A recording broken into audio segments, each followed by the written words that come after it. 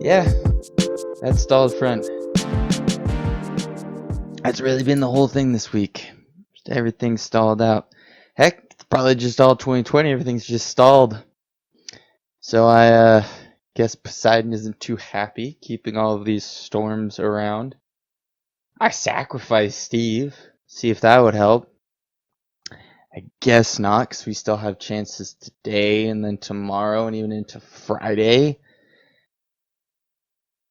He did make a good drinking horn, though, out of his femur. You can taste the friendship. It's good. But at least it did his sacrifice to Poseidon didn't go in vain. Saturday and Sunday, it's gonna feel like summer. Low 90s, humidity, some clouds, yeah.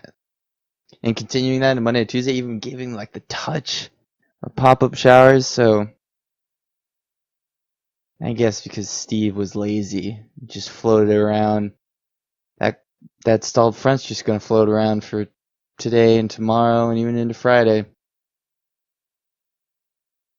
Well, anyway, to Steve, have a great day and a better tomorrow.